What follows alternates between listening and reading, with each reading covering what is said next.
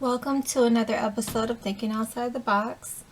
This is Shishi, and today's episode is regarding paper bows.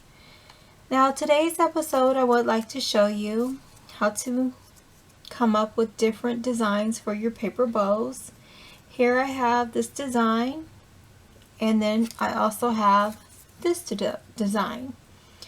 How I come up with this design, I used a screw punch, looks like this, and I also use this Martha Stewart ribbon threader, I believe that's how you use it.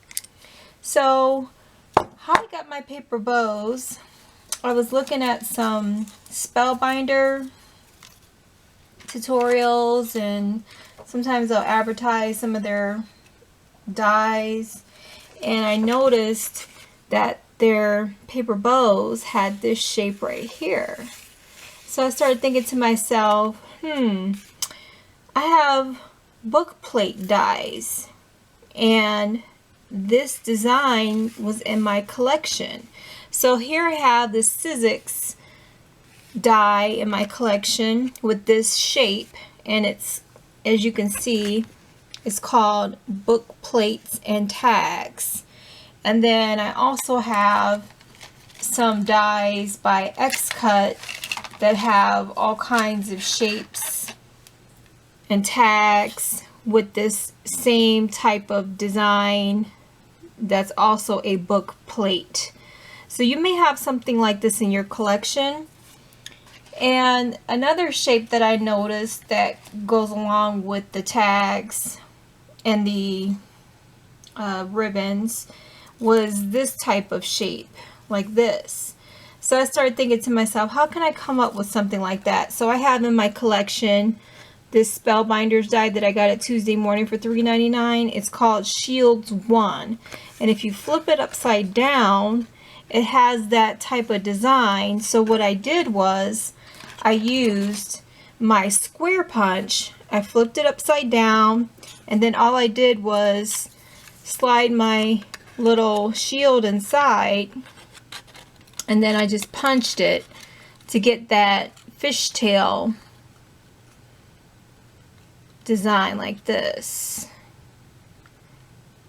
and then I just punched, and then you get that shape like that. So what I did was, they're always coming up with things to entice you to buy their products by offering different styles of bows. So I just thought, I'm kind of tired of buying bows over and over and over, because I have so many bows in my collection. I have the Martha Stewart bows like this, and I have these bows by Spellbinders like this. They come in all kinds of designs, and I have this kind of bow by Martha Stewart. Actually, no, by Anna Griffin. I'm sorry, Anna Griffin. So, you want to jazz up your bows sometimes. And so I'll show you how I got this look with my screw punch. And it's really easy. So all I did was I die cut these shapes with my book plate die, and this is how small the X-Cut die looks. And all you do is just get your cut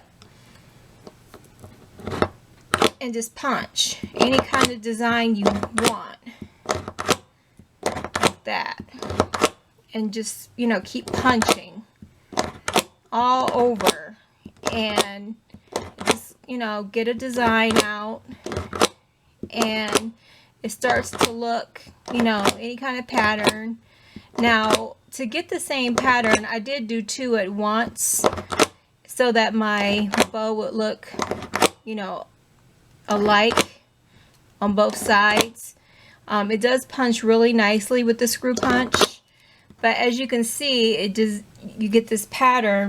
And then I just took my brush, and then I just do like this to give it a curl, and then you just glue these two ends together like so, and then just put a pearl in the middle, And then, you know, to get the 2 fishtails, I just showed you how I got this with that. And then with the Martha Stewart ribbon threader, I just gave it a little cut. Let me see, where did I put the other that I just did? Oh, here it is, right here.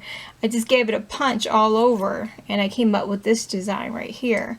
And that's how I got this bow right here. So it was really easy.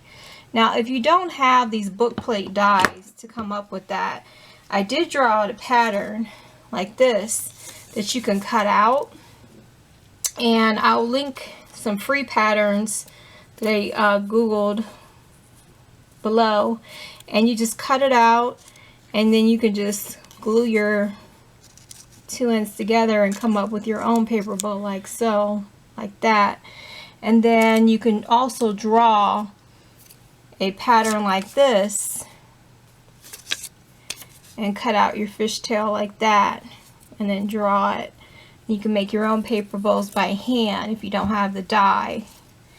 But they're so easy to make, you know, if you have a die or if you want to do it by hand.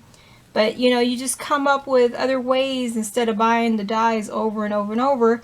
And, you know, if you do have the existing ribbon bows, you can jazz them up by just using punches that you already own, and screw punches and paper punches.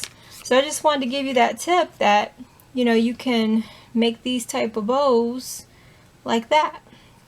And they come out really pretty. And you don't have to go out and rebuy the bows over and over. You can come up with your own designs. Well, thank you for joining me today on this week's episode of Thinking Outside the Box. Take care, everyone, and have a great day.